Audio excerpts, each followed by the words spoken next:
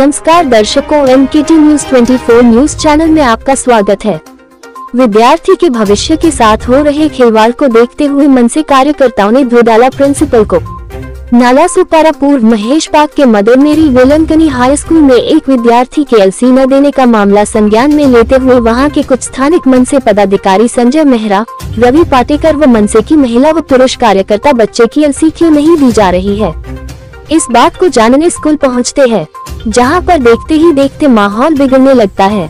School प्रशासन के लोग व मनसे कार्यकर्ताओं में तू मैं होती है, जिस दौरान मनसे कार्यकर्ता स्कूल की कुर्सियां फेंकने लगते हैं। वही स्कूल की प्रिंसिपल आशा मैथ्यू डिसूजा व मनसे की महिला कार्यकर्ताओं में हाथापाई तक हो जाती है, जो कि आप इस वीडियो में साफ तौर पर देख सकते हैं। वही इस बारे में क्या कहा स्कूल प्रिंसिपल आशा डिसूजा ने। वही घटना के समय पुलिस के कुछ जवान भी मामला संभालते नजर आए, परंतु वे भी कुछ नहीं कर पाए। वही इस बारे में मनसे के रवि पाटेकर ने पत्रकारों को इस घटना की जानकारी दी। तो आइए एक नजर डालते हैं इस खास खबर पर। मी रवींद्र पाटेकर, नालासोपारा शहर संघटन। काय नेमकं आज या शाळेमध्ये घोळ होता आणि तुम्ही आज जी तोडफोड केली, काय त्याच्याबद्दल सांगा। आमचा शाळेचा घोळ म्हणजे आमच्याकडे एक कंप्लेंट आली होती आमच्या मॅडमकडे की शाळेवाले लिव्हिंग सर्टिफिकेट, मार्कशीट मुलांना कोणत्याच प्रकारे काहीच दिलं जात नाही, फीस पूर्ण असून सुद्धा। तर काल त्या निमित्ताने त्यांच्याशी चर्चा करायला ते पालक आले होते। तर पालकांना असं सांगितलं जातं की तुमच्याबरोबर अजून कोण आलाय त्यांना आम्ही काट्याने मारू, कोण आलाय त्याला इकडे घ्यायचं नाही, आतमध्ये काट्याने मारू। हा विषय पालकांनी जेव्हा आमच्या कानावरती घातला, आम्ही त्यांच्याशी चर्चा करायला आलो। आम्ही त्यांना सांगितलं की आम्हाला तुम्हाला भेटायचंय, बोलायचंय। त्यांचे सर्व कर्मचारी असं सांगत आहेत की ते कोण आहेत नाही, ती लोक आमच्या समोरूनच फिरतायत, प्रिन्सिपल असेल, ट्रस्टी असेल, इथूनच फिरताय। आम्हाला सांगतात त्यांचे कोण लोक आहेत नाहीत। ज्यावेळी आम्ही त्यांच्याशी चर्चा करायला गेलो, आम्ही त्यांच्या केबिन पर्यंत गेलो। केबिन मध्ये जायच्या तिथे दरवाजा खोलून चप्पल काढून ते आमच्या त्या जे सर्टिफिकेट मागायला लोक आली होती त्यांच्या अंगावरती सर्वजण धावत आले मारायला। म्हणजे ट्रस्टी मॅडम जर का अशा पद्धतीचं या शाळेमध्ये राहून कृत्य करत असतील तर ही शाळा लोकांना काय ज्ञान देते याच्यावरून दिसून येते ना।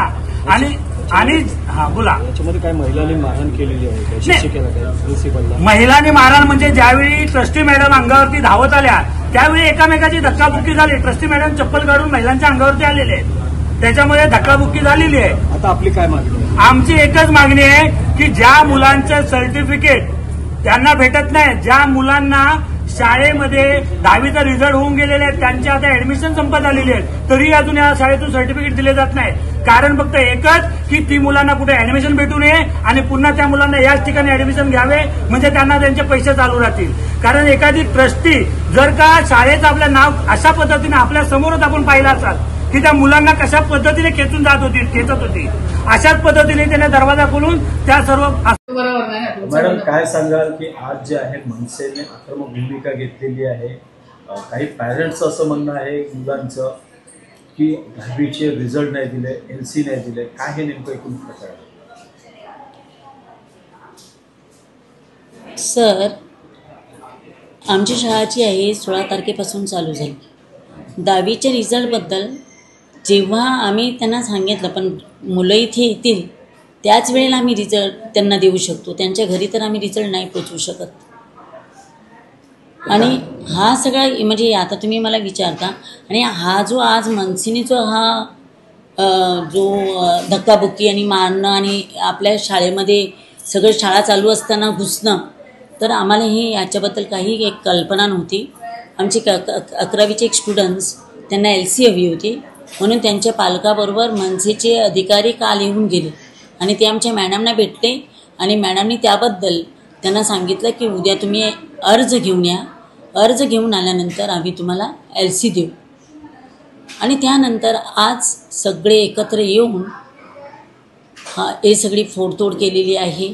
मला स्वतःलासुद्धा त्यांनी धक्काबुक्की करून खूप काही म्हणजे अपमानास्पद केलेलं आहे आणि मारहाण झालेली आहे। ऑफिसमध्ये घुसून त्यांनी आम्हाला मारलेलं आहे आणि इव्हन आमच्या स्टाफलासुद्धा मारलेलं आहे, त्यांनासुद्धा म्हणजे हे केलं त्यांनी, म्हणजे धक्काबुक्की दिली आहे। हां, द्यायला तर लागेलच ना सर, नाही देणार तर एज्युकेशन आम्ही चालवणार कसे? हे एज्युकेशन म्हणजे एक सरस्वती मंदिर आहे, आणि जशी आपण देवाची पूजा करतो तशी इथे सरस्वतीची पूजा केली जाते. आणि जर असे कोणीतरी येऊन आणि पॉलिटिशियनच्या ह्याच्यावर जाऊन जर आम्हाला जर असं मारलं जातं की एका चेअरपर्सनला मारलं जातं, तर बाकीच्या पण शाळांनी आणि कॉलेजनी ह्यासाठी काय करावं हे त्यांनी पण आता त्याचा विचार केला पाहिजे असं मला वाटतं. जो आरोप होतो तुमच्यावर की 10वीच्या मुलांचं मार्कशीट नाही दिलेली आहे, LC नाही दिलेली आहे, डॉक्युमेंट त्यांना 11वीच्या परीक्षेला प्रवेशासाठी थोडंसं त्रास सहन होते, त्याच्याबद्दल तुमचं काय नेमकं?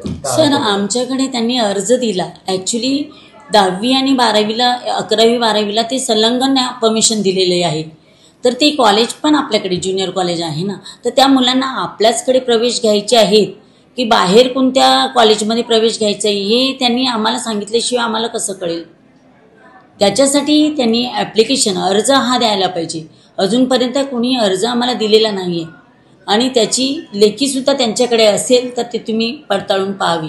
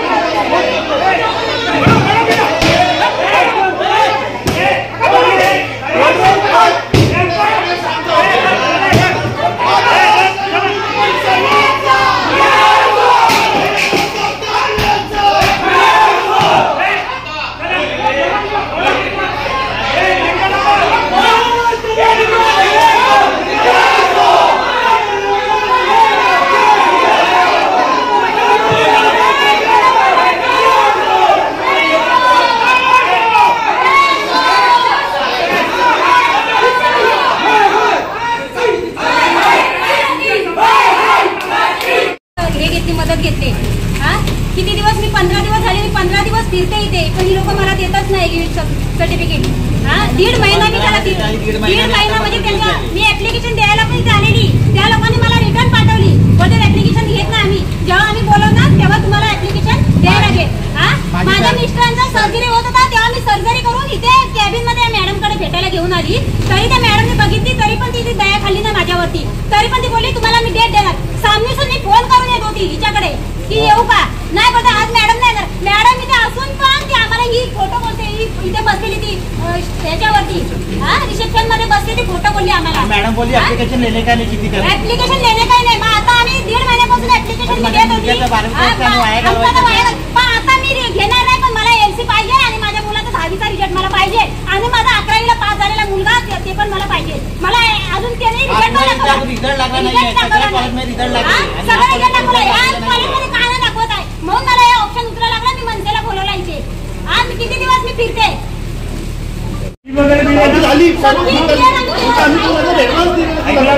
यांचे कॅमेरा कुठे गेले, ते बंद ठेवतो नको. आता कॅमेरामॅन कुठे गेला यांचा?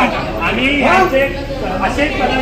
असे लोक ठेवले की ती मॅडम आली का ही लोक पण मारामारी करायला येतात.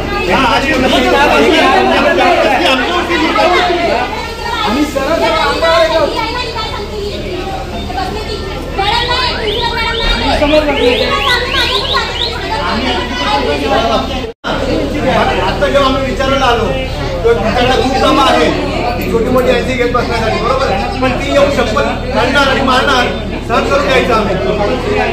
पण रवी हे संकट आहे.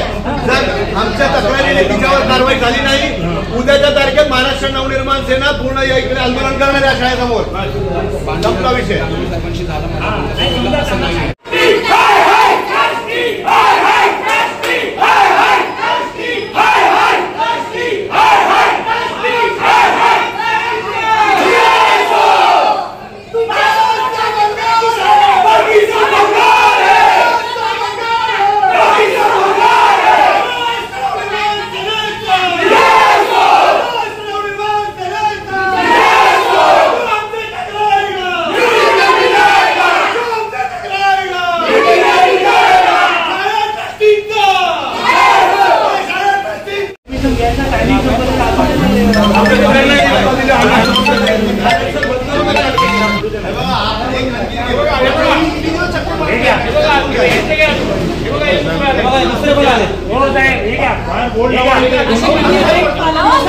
मैंने सब स्कूल में इंस्टेंट जब रिजल्ट आता है मिल जाता है, लेकिन इसका नहीं मिला है। इन लोग ऐसे हर साल करते, मेरे साथ भी हुआ था, कोई पुलिस को मिल गया था तब हम लोग को रिजल्ट मिल गया था इंस्टेंट।